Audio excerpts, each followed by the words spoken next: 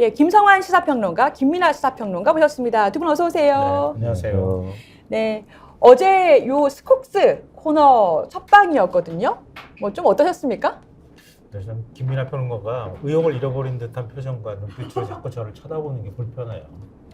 익숙해지실 때도 됐는데 왜 불편하죠? KBS에서 몇 년간 그걸 했는데 아직도 익숙해지지 않았으면은 뭐 저는 어떡하죠 그러면? 네. 매일 밤까지는 아닌데 일주일에 3번씩 그 눈빛을 보냈는데 다시 시작하니까 중노동 다시 시작하는 기분이었어요. 다시 새벽부터 일어나서 신문 보니까 또 굉장히 또 옛날 생각도 나고 그래서 새록새록 뭐라 그럴까요? 추억도 돋고 굉장히 유익하고 저는 개인적으로 좋습니다. 네, 저희 아예 그냥 방을 하나 해가지고 아침에 조금 일찍 모여서 회의하잖아요. 진짜 말만 한 게 아니라 꼭두 새벽부터 다 찾아보고 콕 찍어서 저희가 준비를 했습니다. 오늘 날도 춥고 좀 스튜디오도 추워요. 좀 날이 좀 풀리면 좋겠는데, 자, 윤석열 대통령, 한동훈 비대위원장 해빙을 가졌나? 용산 대통령실에서 회동을 가졌습니다. 무려 2시간 30분이나 뭐 만났다 그래요. 네, 간단하게 뭐 제가 스케치를 해드리면 지난달 26일 비대위원장 취임 이후 처음으로 한동훈 비대위원장이 윤석열 대통령과 만났고요. 오히려 비대위원장 취임 날짜보다는 많은 분들이 아시겠지만 김건희 명품백 충돌 이후에 처음 만났다. 8일 만에. 그리고 서천 특화시장에서 오돌오돌 떨다 윤 대통령 만났던 그 날짜로 따지면 엿새 만에 만난 겁니다. 그때 눈 맞으면서 뭐 기다리기도 하고 네. 영화 같았죠. 근데 조선일보 표현이 굉장히 재밌는데요. 그때 꽁꽁 얼었었던 거기 때문에 그랬는지 모르겠는데 동결 상태에서 엿새 만에 해빙 단계로 진입했다 이렇게 표현을 사용하더라고요. 해빙이다. 네. 예. 그리고 나눈 대화만 먼저 좀 정리해드리면 재건축 재개발 규제 완화, 철도 지하화 등 주택 교통 관련 민생 현안을 논의했다. 그리고 잇따른 정치 테러에 대한 우려를 표명했다. 50인 미만 소규모 기업과 영세 사업장 중대재해처벌법 확대 시행에 대해서 야당과 법 개정 협상을 이어가자라고 두 사람이 얘기를 했다. 여기까지가 이제 대통령실에서 밝힌 내용입니다. 그 외에 뭐 스케치할 부분들이 굉장히 많이 있긴 한데요. 뭐 얘기하면서 계속 얘기를 주고받죠. 뭐 좋은 얘기 많이 한 것 같아요. 네. 뭐 좋은 말씀도 많이 한 것 같은데. 근데 사실 김민아 평론가님, 김건희 얘기가 제일 궁금했는데요. 김건희 얘기는 쏙 빠진 겁니까? 대통령실의 설명대로 하면은 그런 민감한 두 사람 윤석열 대통령과 한동훈 비대위원장 간의 충돌에 직접적인 영향이 된 것으로 추정되는 김건희 여사 문제나 공천과 관련된 얘기는 일절하지 않았다.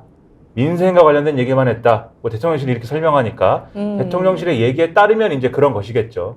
그런데 저는 지금 이제 설명대로 해도 이제 민생과 관련된 얘기를 한 건 맞느냐에 대해서도 좀 의문이 있는데, 예를 들면은 재건축 재개발 그 규제 완화라든가 지금 말씀하신 대로, 그다음에 철도 지하화, 이게 민생은 맞습니까? 철도를 지하화하는 것은 민생인가요? 정확하게 얘기하면은 선거 치르면 우리가 여당 프리미엄이다 이런 얘기 하잖아요. 그러니까 정권에서 이 표를 얻기 위해서 철도를 지하화한다는 얘기는 지하화한 다음에 그 위에다가 뭔가 개발을 하고 뭐 이런 이슈를 가지고 땅값을 올린다든지 뭐 이런 걸 하겠다는 얘기를 하는 거잖아요. 부동산, 경기 부양. 그렇죠. 그런 얘기를 자꾸 하는데, 한동훈 비대위원장 내일입니까? 수원 간다고 하는데, 제 고향 수원입니다만은.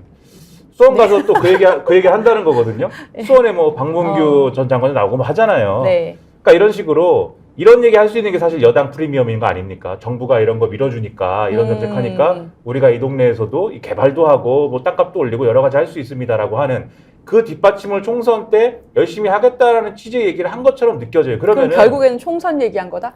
그렇게 느껴진단 말이에요, 이 얘기가. 결국 그러면 민생 얘기를 했다는 얘기 취지는 총선에서 당정이 협력을 잘 하자라는 얘기를 한 걸로 비춰지는 거고, 그러면 자연스럽게 김건희 여사 문제라든가 지금 예를 들면은 공천 얘기라든가 이런 것도 그 자리에서 김건희 키워드 3개, 공천 키워드 이렇게 2개, 요 2글자, 3글자 2글자를 직접적으로 얘기는 안 했을지 몰라도 최소한 거짓말을 안 했다라는 전제를 깔고 보면은 어느 정도의 그 자리에서 얘기를 안 했다고 하더라도 그 전에 어떤 단위 또는 어떤 이심전심에서는 어느 정도의 합의 내지는 공감대는 있을 것이다. 그래서 김건희 여사 문제는 지금 윤석열 대통령이 특정 방송사하고 대담이나 이런 걸 통해서 설 연휴 전에 나름대로의 설명이라든가 입장 표명이라든가 이런 걸 한다는 거 아니에요? 아마도 국민 눈높이에 미치지 못할 거다라고 어제 이 김성환 평론가님하고 저하고 약간 그런 전망을 했는데, 그 정도 수준에서 아마 퉁치고 넘어가고 아마도 당은 한동훈 비대위원장은 너무 잘했습니다. 이렇게 하고 넘어가는 그런 그림으로 만족하기로 한 거 아닐까. 좀 그렇게 저의 추정이 좀 됩니다. 뭐 김이나 평론가 얘기를 요약하자면 예. 메가시티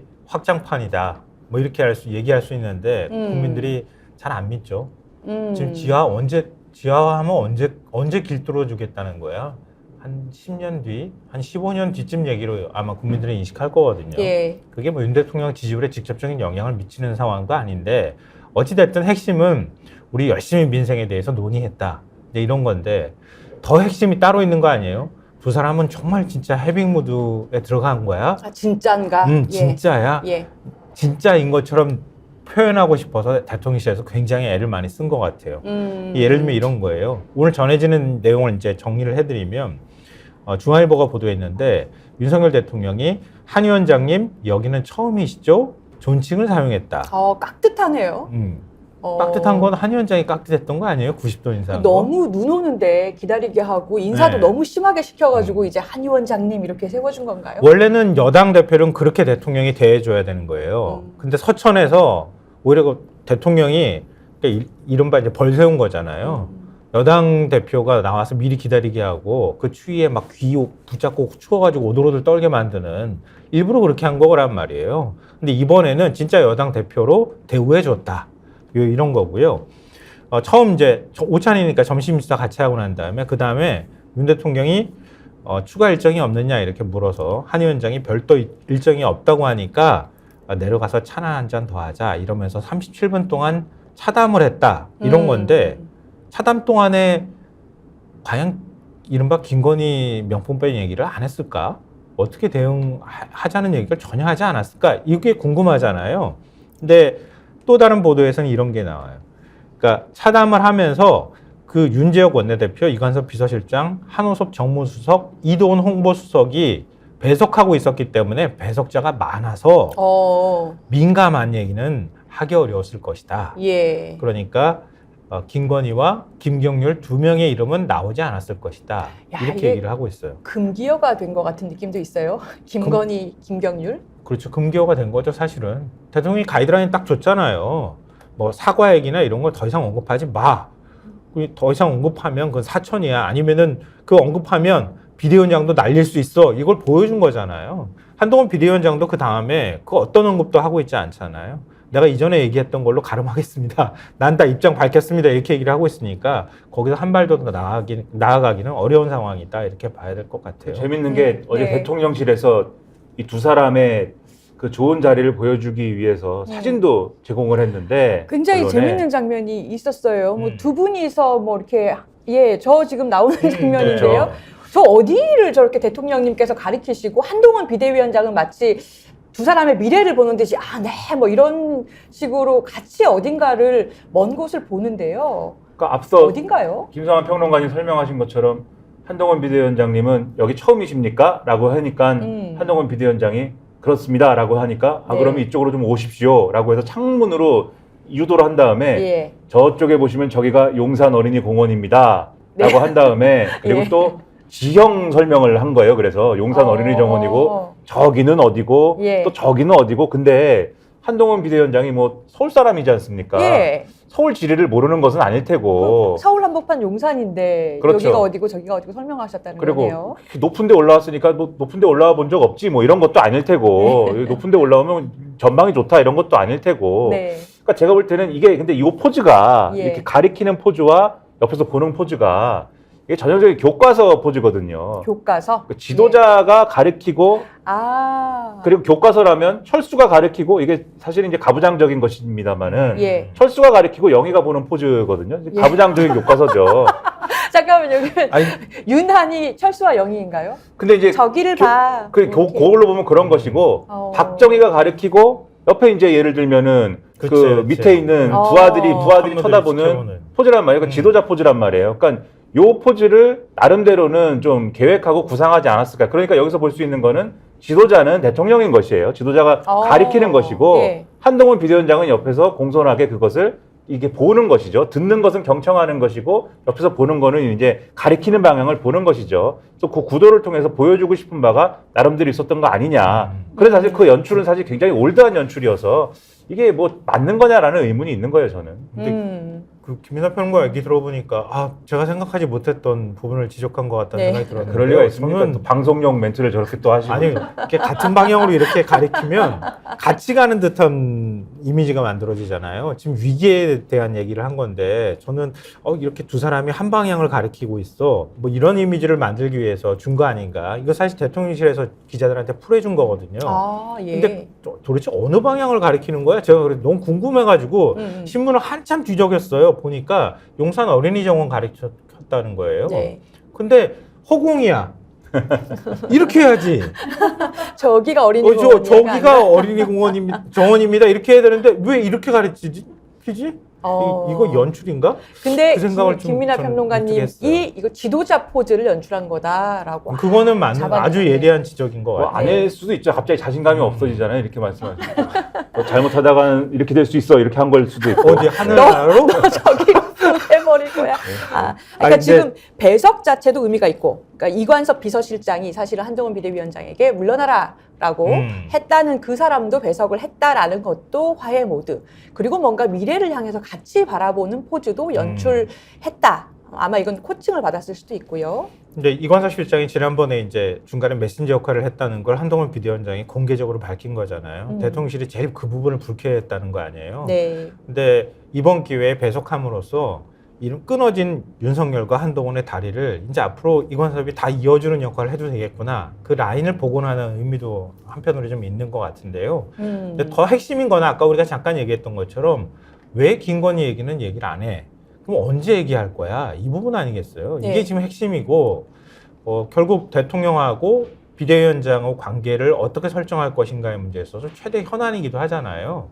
동아일보가 보도를 했는데 설 연휴 전에 김건희 디올백 관련 입장 낼 듯 이렇게 보도를 했어요 오늘. 근데 굉장히 재밌는 게 동아일보가 보수신문이 제목에다가 디올백 이렇게 사용하나요? 김민하 평론가 사용 이렇게 많이 했어요? 뭐 명품백 이렇게 하거나. 디올백이라는 표현은 제가 거의 본 적이 없거든요. 네. 가급적 디올백이라는 건 이거 신문은 해도 되는데 방송은 원래 디올이라고 잘 얘기를 못 하잖아요. 예, 특정 예. 뭐 브랜드를 얘기하는 거니까. 근데 디올이라는 표현을 잘 안 썼단 말이에요. 그게 디올이라고 콕 집어가지고 얘기한 게 굉장히 재밌었고요. 그러니까 핵심적인 내용은 그거예요. 대통령실에서는 아직 결정된 바는 없다. 완전히 결정되지는 않았지만 KBS 방송대담을 포함해 다양한 안을 놓고 고심을 이어가고 있다. 이게 대통령실 관계자 얘기라는 거예요. 어찌됐든 그 몰카 정치 공작인 것만은 틀림이 없지만 4월 총선 전국과 국정운영, 당정관계에 부담으로 작용하는 만큼 이제 논란의 경위를 설명할 시점에 이르렀다는 점에 대해서는 대체로 동의하고 있다. 그러니까 이전에는 그렇게 이전에 나왔던 얘기하고 그렇게 진전된 얘기는 아니지만 하필 두 사람 만난 날 이 기사를 썼다고 하는 것은 우리가 좀 주목해 봐야 할 필요가 있을 것 같아요. 네. 지금 말씀하신 것 중에 이관섭 실장에 대한 얘기 짧게만 한마디 하면은 네네. 이관섭 실장을 비토한 쪽은 한동훈 비대위원장인 거잖아요. 그렇죠. 이관섭 예. 실장 굉장히 신뢰하고 좋아하는 쪽은 윤석열 대통령이거든요. 김대기 비서실장이라는 분이 어느 날 갑자기 없어졌잖아요. 그리고 나서 이관섭 비서실장이 정책실장 하다가 나타났는데 나오자마자 하는 얘기는 김건희 여사에 관련된 굉장히 강경 대응이잖아요. 그걸 통해서 굉장한 신뢰를 얻고 있는데 어쨌든 한동훈 비대위원장이 비토를 했는데 이번 자리를 통해서 여전히 그 자리는 굉장히 강하게 지금 지키고 있다라는 것을 다시 한번 보여준 거잖아요. 한동훈 비대위원장의 비토는 이제 의미가 없는 거죠. 예. 너는 그러니까 윤석열 대통령 입장에서 네가 비토를 하든 말든 여전히 신뢰는 굳건한 것이다. 확인이 된 거죠 이번에도. 그래서 이 자리는 뭐 해빙이다라고 얘기를 하는데 해빙이 되려면 누군가의 입장은 굽혀졌어야 되는 거 아닙니까? 그렇죠. 어느 쪽 입장이 굽혀진 것이냐? 저는 뭐 이걸 통해서도 다시 한번 확인이 되는 거라고 봅니다. 그러니까 김건희 여사와 관련해서 어떻게 문제를 풀면 좋을지 조선일보가 친절하게 또 조언을 해줬어요. 김윤덕 선임 기자가 김윤덕 칼럼에서 칼럼 제목이 대통령실엔 충주맨이 필요해. 이게 칼럼 제목이에요. 충주맨이요? 예. 네. 그러니까 지난번에 윤석열 대통령이 충TV라고 요즘에 유튜브로 많이 유명하잖아요. 정부와 국민 사이에 원자탄에도 안 깨질 콘크리트 벽이 있다. 정부와 국민 사이에. 이러면서 질타하면서 충TV처럼 쉽고 재미있게 정부 정책을 홍보하라고 지시했다는 사실 아마 아실 거예요. 예. 그 충TV를 김윤덕 기자가 이제 지목을 하면서 그러니까 그 충TV를 만든 게 그러니까 충주시장하고 그다음에 7급 주무관이잖아요. 그 당사자가. 그렇죠. 예. 그 어려움 속에서도 그걸 막 깨고 저돌적으로 이런 것들을 굉장히 도발적이고 유쾌한 방식으로 풀어내지 않았느냐 이렇게 얘기하면서 뭐라고 하냐면은 유머는 때로 원자탄보다 강하다. 충주맨의 이 무례한 제안을 받아들인다면 대통령실엔 아직 희망이 있다. 이렇게 표현을 했는데 뭐라고 얘기를 했냐면은 자기가 직접 전화를 했대요. 충주맨한테 뭔가 비책이 그 원자탄 같은 그 벽을 깨트릴 방법이 없겠습니까? 대통령실이나 대통령이 할 수 있는 방법 없겠습니까? 조언을 해 주십시오. 이렇게 왜 천공이 아니라 하여튼 충TV한테 물어봤는지 충주맨한테 물어봤는지 모르겠는데 자신이 대통령 참모라면 윤 대통령과 짜장면 먹기. 윤 짜장은 윤 대통령의 멸칭이잖아요. 네네네. 대통령실 집무실 발로 차고 들어가기 같은 영상부터 찍겠다고 말했대요. 아, 네. 대통령의 엄근진 이미지부터 확 바꾸겠다 이렇게 조언을 했다고 하는데 김윤덕 기자가 충TV가 그랬듯 지금까지 해온 것과 정반대로 하면 된다. 혹시 아느냐? 공무원 생태계를 교란했다는 이 엉뚱하고도 영리한 지방 공무원이 김건희 해법을 제시할지 이렇게 해놨어요. 그 대통령실 참모들이 대통령실 몸 발로 팍 차고 들어가가지고 김건희 문제 수사 받으셔야 합니다. 이렇게 얘기하면 안 되나? 그게 이제 며칠 전에 재밌겠는데요? 지난주인가 조선일보 사설을 썼는데 예. 이 콘크리트 벽 비유가 한번 나온 적이 있어요. 그게 뭐냐면 이게 KBS에서 뭐 대담을 한다는데 대통령의 마음은 예. 그러니까 나름대로 취재를 했겠죠. 대통령의 마음은 이 자리에서 정말 잘못했습니다라는 그런 얘기를 하고 싶은 마음이 아닌 것 같다. 예. 이게 몰카 공작이고 우리도 억울한 점이 있다. 이게 굉장히 어쨌든 부당한 일이다라는 얘기를 주로 하고 싶은 걸로 파악이 되는데 지금 국민들이 듣고 싶은 말 그게 아니지 않느냐. 하고 싶은 말 하지 말고 국민들이 듣고 싶은 말을 해라. 예, 맞습니다. 그러니까 예. 국민들하고 대통령 사이에 콘크리트 벽이 지금 있는데 그걸 깨야 된다. 이런 사설을 쓴 적이 있거든요. 그러니까 사실 비슷한 맥락에서 똑같은 얘기 사실 하고 있는 건데 충주맨이 사실 없어서 이제 이런 문제가 발생하는 거냐 이렇게 볼 수도 있겠지만 충주맨을 안 키우지 않습니까? 윤석열 대통령이. 충주맨이 아니라 지금 이준석도 못 키우고 네. 김기현도 못 키우고 나경원도 못 키우고 안철수도 못 키우고 심지어 한동훈도 못 키울 뻔하다가 지금 황급히 지금 안 될 것 같으니까는 봉합하는 거잖아요. 예. 충주맨이 그러네요. 네. 충주맨도 살아남을 수 없습니다. 이 자리에서는 거기 가면 그런 것부터 해결을 해야죠. 뭐 충주맨이 필요하다 이렇게 칼럼 써가지고 해결되는 문제가 아닌 것 인생 같아요. 뭐 있어요? 그냥 발로 한번 확 차고 들어가가지고 얘기하면 되지. 우리가 가죠. 네. 대통령실 그만두면 되잖아. 참모. 지금 갑시다, 우리가 댓글에도 지금. 댓글에 아까 두 명이서 이렇게 가리킨 사진 있잖아요. 그거 보고 윤 대통령이 한동훈 비대위원장한테 저기가 천공 사무실이야 이렇게 한 거 아니냐고 그런 말씀들 하고 있습니다. 근데 이관섭 비서실장이 공천은 당이 알아서 하는 것이다라고 윤 대통령이 얘기했다고 했었잖아요. 네. 근데 29일에 지역구에 이제 국민의힘 후보들이 접수 시작했는데 비유는 험지, 검수저는 양지에 출마 선언했다. 이렇게 보도가 됐더라고요. 오늘 동아일보가 또 그렇게 보도를 했더라고요. 용산 참모 검찰 출신 양지로 전직 장관들은 한강벨트 격전지로 이렇게 했는데 오늘 이제 다른 신문들은 우리 어제 소개를 해드렸잖아요. 이른바 86 운동권 킬러 공천 한다. 요즘엔 또 킬러 공천이라 그래요. 이걸 네. 그만 쓰지 말라고 하니까. 네. 근데 그렇게 해서 어제 이제 몇몇 인사들 얘기를 윤희숙 전 의원이나 얘기를 해줬잖아요. 근데 태용호 의원이 갑자기 윤건영 의원 지역구 구로 을에 출마하겠다고 선언했잖아요. 네네. 근데 왜 태용호 의원이 운동권을 잡으러 가는지 잘 모르겠지만 어찌됐든 간에 그것까지 덧붙여서 그래서 대부분 다른 신문들은 킬러 공천 얘기를 했거든요. 근데 동아일보는 용산 참모하고 검찰 출신은 양지로 가고 있다. 이렇게 보도를 한 거예요. 그러니까 예를 들면 이런 거예요. 하태경 의원이 비운 지역구 있잖아요. 해운대 갑.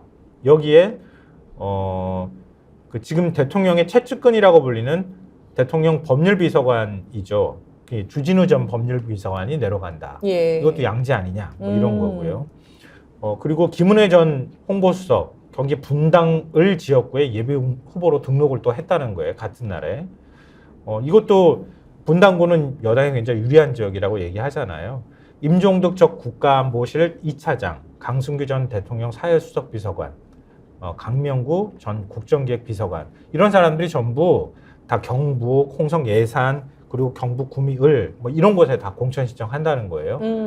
근데 지금 태용 의원 얘기도 했던 것처럼 이른바 비윤계로 분류되거나 이렇게 좀 외곽에 있는 사람들 이런 사람들은 지금 민주당 강세 지역에 나가가지고 제가 운동권 한번 잡아보겠습니다 이렇게 얘기하는데 대통령실 참모 출신들은 이렇게 좋은 꽃길 깔아주는 만한 지역만 가는 거냐 뭐 이렇게 비판하는 기사를 또 쓰기도 해서 주목을 받았습니다. 그러니까 이게 이런 이제 기사도 나오고 한데 이런 기사를 통해서 대충 분위기를 좀 읽을 수가 있는 게 그러니까 지금 한동훈 비대위원장이 짜고 싶은 그림은 어쨌든 네. 한동훈 비대위원장 입장에서는 무조건 총선에서 성과를 남겨야 자기도 미래가 있는 거고 그렇죠. 예. 그리고 이 총선에서 뭔가 돌파를 해내야 윤석열 대통령도 좋습니다. 이렇게 얘기를 하고 싶은 거잖아요. 그렇기 때문에 날 괴롭히지 마세요. 이렇게 지금 얘기를 하는 국면이거든요. 그러니까 김건희 여사에 대한 목소리를 내는 거든 공천에서 내 목소리를 내는 거든 그것도 윤석열 대통령을 위한 길이고 또 나를 위한 길입니다. 이걸로 지금 설득을 해보려는 건데 그 일환으로 정권 심판론을 희석시키기 위해서 운동권 심판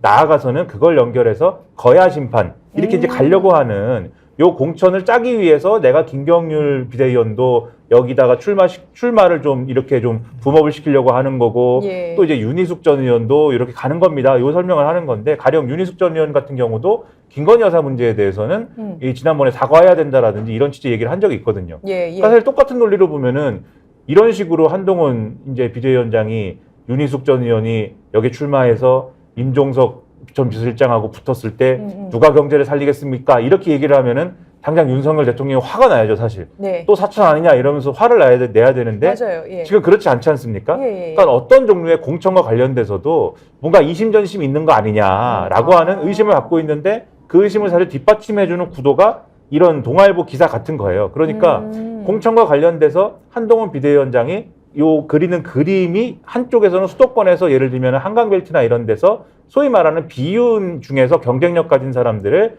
나름대로 이 한강벨트 같은데 좀 되는 그래도 한번 해볼 만한 여전히 험지지만 그래도 조금 승부를 걸어볼 만한 그런 데다 배치하는 전략이라면 윤석열 대통령이 좀 원하는 윤심 공천이 그래도 보장되는 데는 가령 지금 그래도 좀 수도권 중에서 좀 유리한데 이길 수 있는데 이런 데는 좀 보장을 해주고 나아가서는 좀 나중에 아마 결론이 나겠지만 영남 같은 데는 확실하게 보장을 해주는 이 윤심 공천을 그런 걸로 나름대로는 합의를 해나가는 구조가 아니겠느냐. 그러면 그게 결과적으로는 정권 심판을 어느 정도는 희석시키는 데 기여하지 않겠느냐. 이런 합의 아니냐라는 거 아니겠느냐라는 거거든요.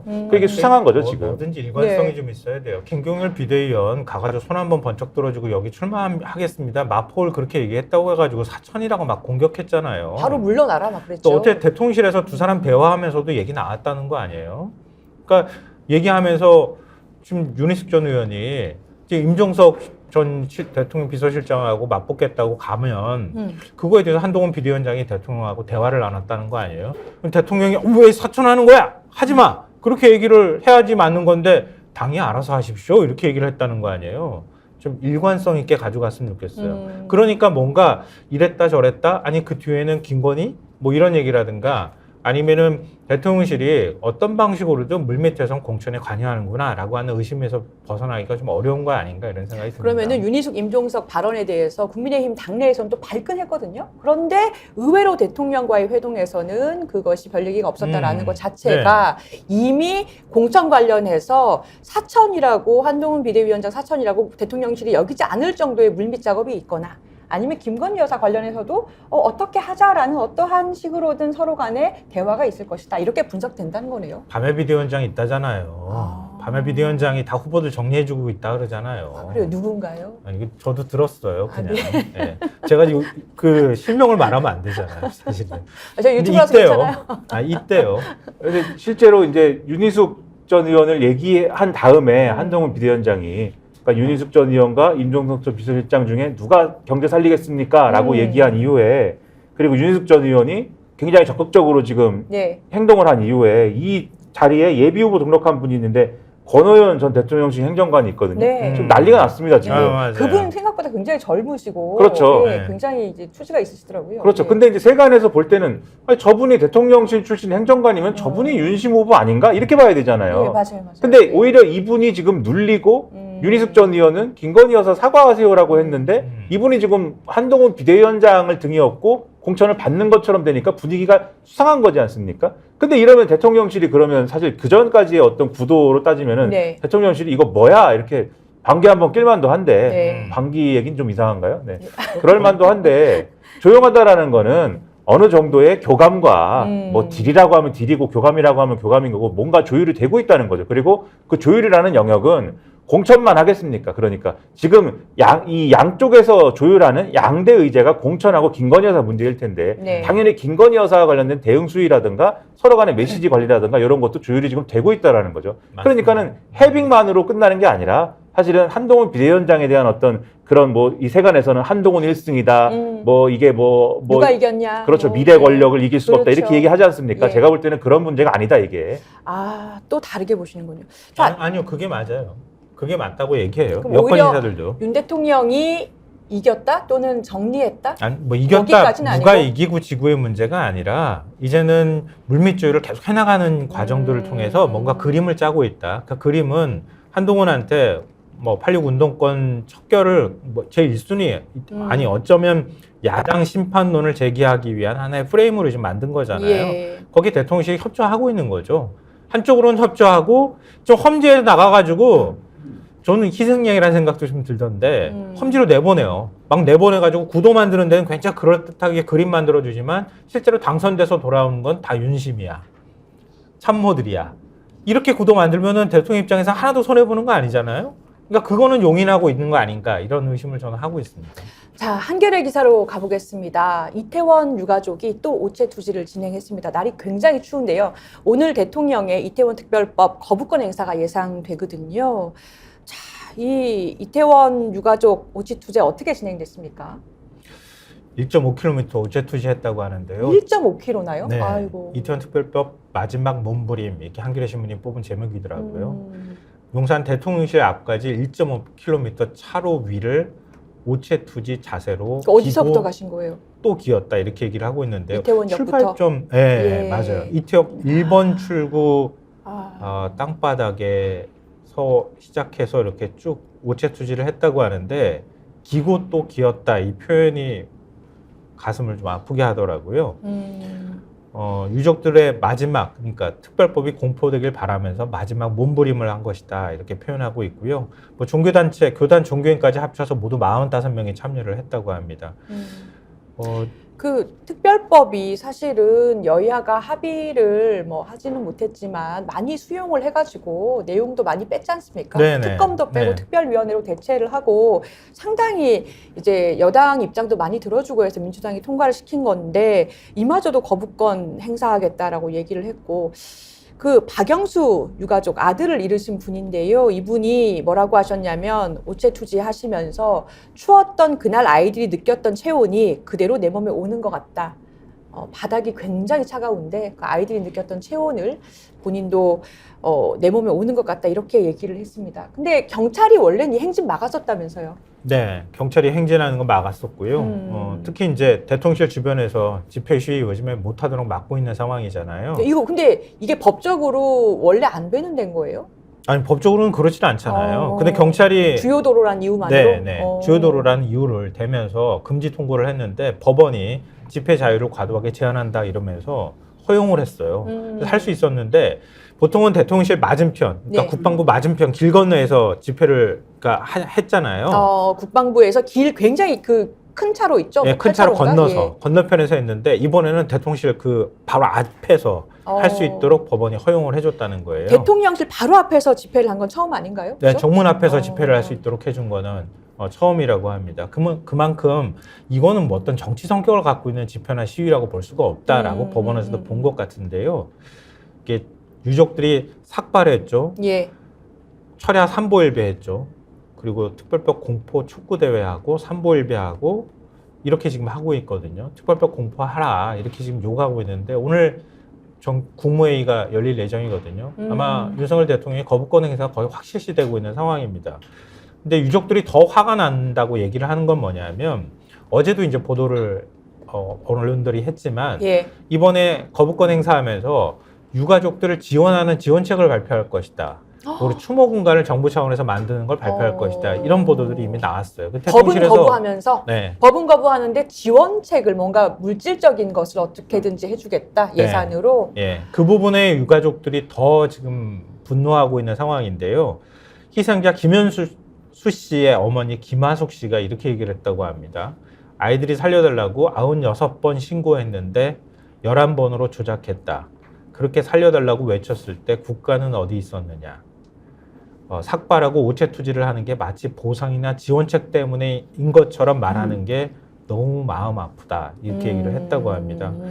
이건 말고 저희가 더 어떻게 설명해 드릴 말이 없는 것 같아요. 그리고 또 유가족이 한 말이 유가족들은 한 번만 만나보면 거부권 얘기는 나오지 않을, 유가족들을 한 번만 만나보면 거부권 얘기는 나오지 않을 것 같은데 언론 플레이만 하는 게 너무 힘들고 분노스럽다. 이렇게 얘기를 했다고 합니다. 그러니까 유가족분들이 조작했다 이렇게 얘기하셨다는 거잖아요. 그러니까 사실 원하시는 거는 지금 어떠한 물질적인 부분이나 이런 것보다 진실규명, 재발방지, 원인이 무엇이었나 이런 부분인 것 같습니다. 오늘 국무회의 지켜봐야 될 것 같고요. 자, 그 개혁신당 이준석 대표 하루라도 뉴스에 나오지 않는 날이 없는데요. 이준석은 왜 이럴까? 그 이준석 대표가 뭐 여성도 군복무를 해야 된다 이 문제를 또 발언을 했어요. 뭐 어떻게 된 겁니까? 그러니까 예를 들면 지금 소방이라든가 경찰이라든가 네. 이런 데 지원을 하기 위해서 이 병역 의무를 이행해야 한다라는 것을 이제 의무화해야 된다라고 이제 주장을 한 거예요. 그러니까 여성도 경찰직이나 소방공무원을 가려면 군복무를 해야 되지 않겠느냐 이렇게 얘기했다는 거예요. 여성에 대해서. 그러니까 정확하게는 소방과 경찰을 하기 위한 소방이나 경찰의 어떤 이 직무를 하기 위한 사람은 반드시 병역을 이행한 사람이어야 된다라고 하겠다는 건데 그러면 당연히 여성으로서 소방이나 경찰의 직무를 하는 사람은 병역을 이행한 상태의 사람이 돼야 되겠죠. 그런데 지금 여성들은 부사관부터 할 수 있지 않습니까? 네. 자기가 자원을 하더라도 네, 그렇기 네. 때문에 이걸 가능하게 하려면 형평을 맞추려면 여성도 병사로 지원할 수 있게 해야 된다. 이게 이제 이준석 지금 개혁신당 대표의 주장입니다. 그래서 그거를 이제 당으로서 시도를 하겠다는 거예요. 아니 나라에서 불러줘야 갈 거 아니에요. 이게 갑자기 화가 나네요. 그러니까 의무직렬로 만들어야지 된다는 거예요. 군복무를 네. 맞춰야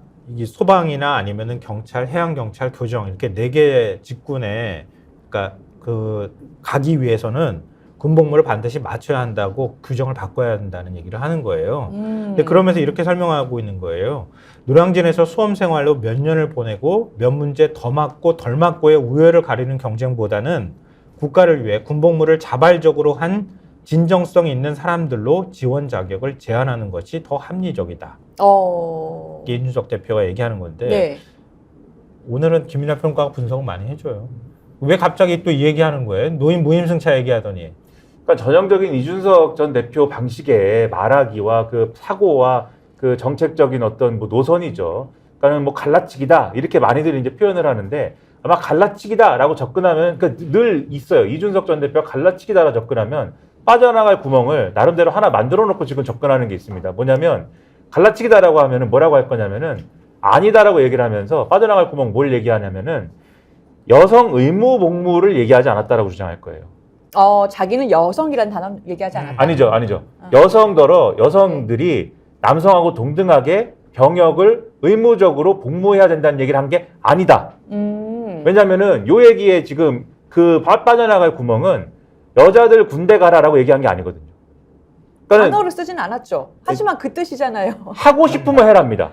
그러니까 소방 경찰이 뭐 교정직이 되고 싶으면 군복무를 하고 거기에 지원할 수 있도록 해라. 그렇죠. 라고 얘기한 거죠. 그리고 그걸 하기 싫은 사람은 군대를 안 가도 된다. 그런데 남성들의 경우에는 그냥 기본적으로 군대를 가는 거잖아요.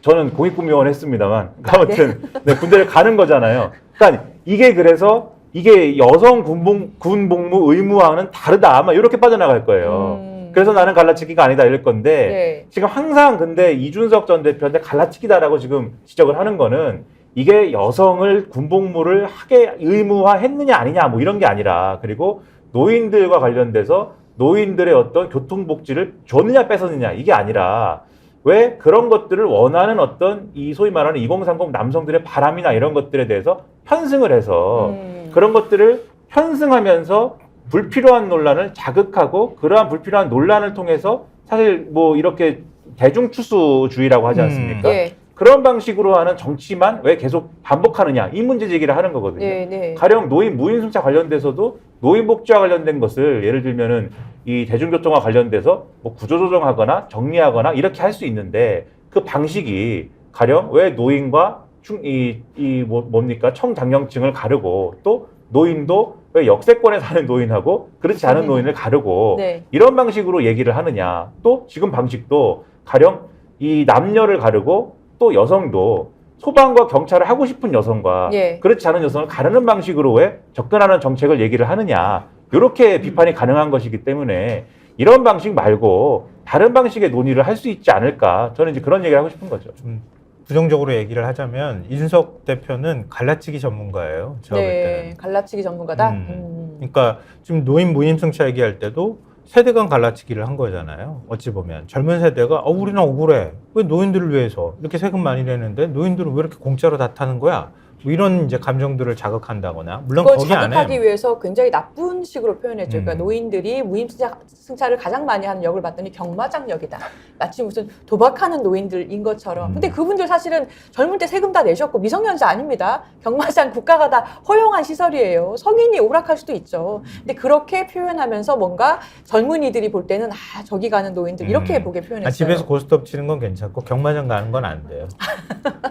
고스톱만 쳐야 네. 되나요? 젊은이들이 뭐 홍대 가는 것은 됩니까 그러면은? 그러게 지하철 말입니다. 타고? 이쪽에 뭐야 이태원 가면 안 된다 그러지 않았나? 네. 하여튼 그리고 이제 남녀 갈라치기 하고 예. 재미를 봤잖아요 좀. 사실 재미 본 측면이 있단 말이에요. 사실 윤석열 대통령도 득을 본 측면도 저는 있다고 생각해요. 예. 물론 그 반대부도 있기는 했었지만 계속 거기에 지금 매달려 있는 거 아닌가? 그걸 통해서 나는 한 20%만 가져가기만 하면 된다. 내 목표는 거기야. 이건 아마 분명하게 하고 있는 것 같아요. 근데 한국 정치의 측면에서는 굉장히 부정적인 영향을 앞으로 많이 미칠 것 같아서 좀 그렇고요. 또 하나 좀 소개해드릴 만한 기사가 있는데요. 예. 이준석 대표가 이렇게 하고 있는 사이에 우리 이 조선일보가 병역 명문가 현역 의원 3명이 모두 민주당이다. 이런 기사를 썼어요. 그랬어요? 이면에다가. 예. 병역 명문가는 아시는 분들 아실 거예요. 가족 1대부터 3대까지 장교, 부사관, 병으로 군 현역 복무를 성실히 마친 집안일 경우에 병무청에 신청하면 선정을 해주는 거예요. 그게 이제 명예로운 거죠. 네. 2004년부터 선정하고 있는데 민주당 정성호 의원이 친명 좌장으로 불리는 정성호 의원이 신청을 했다고 하는데 선정이 됐대요. 부친이 고 정진탁 상사인데 6.25 예. 전쟁하고 베트남전 참전 용사, 화랑 무공훈장을 받았다고 하고요. 287개월을 근무했다고 합니다. 정 의원은 육군 정훈장교로 33개월 복무하고 중위로 제대했고 예. 아들 정유건 씨는 육군 병장으로 만기 전역을 했다고 해요. 예. 그러니까 3대가 이제 복무를 했으니까. 근데 민주당에는 또 다른 의원들이 병역 명문가로 선정된 의원이 있는데 지금 총 3명이죠, 그죠? 네, 3명인데요. 현역 의원 중에 서삼석, 김민기 의원이 또 있다 그래요. 네. 근데 국민의힘은 왜 없느냐는 거예요. 조선일보가 그래서 그 밑에 예. 아니 안보를 강조하는 보수 여당에 병역 명문가 의원이 없는 것은 문제다. 이런 병무청 관계자의 코멘트를 달아놨고요. 앞으로 공천에 더 적극적으로 반영해야 되는 것 아니냐? 이런 의견까지 붙여놨습니다. 제가 딱 한마디만 하면은 예. 3대가 군대 간 가정은 일반 국민 중에는 그렇게 희귀하지 않을 텐데 국회의원 300명 중에 지금 신청을 물론 본인이 한 거지만은 3명이 있다라는 네. 게 조금 서글퍼지는, 물론 저는 공익근무 의원인데. 근데 그건 전부 다 현역이어야 해요. 그렇죠. 이거는 네. 흔치는 않아요. 근데 일반 가정에서는 많을 것 같은데 오히려 국회의원 가정에 이렇게 없다는 게 저도 좀 저는 서글픈 선정될 생각이 거라는 드네요. 생각이 지금 문득 들었는데 갑자기 생각을 해보니까 조카 중 한 명이 이 공익을 하고 있어서 안 될 것 같은데. 자, 공익이 문제예요. 마지막으로 짧게 기후동행 카드 29일에 발매가 됐죠. 이게 뭐고 지금 품귀 현상 돼서 뭐 웃돈까지 있다고 하던데 소개해 주시죠. 기후동행 카드라는 게 있으면 서울시에서 지금 이제 팔고 있는 것인데, 서울시에서 이제 추진해가지고 지금 시장에 나와 있는 것인데, 카드 원가 자체는 이제 3,000원인데, 이게 6만 얼마를 월 충전을 하면은 무제한으로 이제 대중교통을 이용할 수 있는 그러한 카드입니다. 그래서 이제 여러 가지로 호응이 좋은데, 네. 다만 여러 가지 약점들이 있습니다. 네. 이게 이 핸드폰에서도 전자적인 방식으로 되는 거여서 따로 실물 카드를 사지 않아도 되는 경우가 있는데 그런 경우는 안드로이드 폰에서만 되고 아이폰에서는 되지 않아서 아이폰 이용자들은 실물 카드를 사야 되고 그다음에 이제 경기도로 가시는 분들 있잖아요. 예. 서울에서만 타는 게 아니라 그런 경우에는 서울에서 출발했지만 경기도로 가면 내려가지고는 영무원을 불러가지고 거기서 따로 이 처리를 해야 됩니다. 그러니까 자연스럽게 딱 찍어가지고 되는 게 아니에요. 그런 불편함도 있고 해가지고 여러 가지 불편함이 있습니다. 아직 이 지자체 간 협의가 끝나지 않아서. 예. 근데 그럼에도 불구하고 많이들 이 실물 카드를 사서 지금 호응이 좋은데 그런데 준비된 실물 카드가 동이 나가지고 지금 품귀 현상이다. 그래서 실제로 무슨 뭐 이런 중고 거래 앱이나 이런 데 있지 않습니까? 네. 그런 데는 아까 실물 카드 원가가 이제 3,000원이라고 말씀드리지 않았습니까?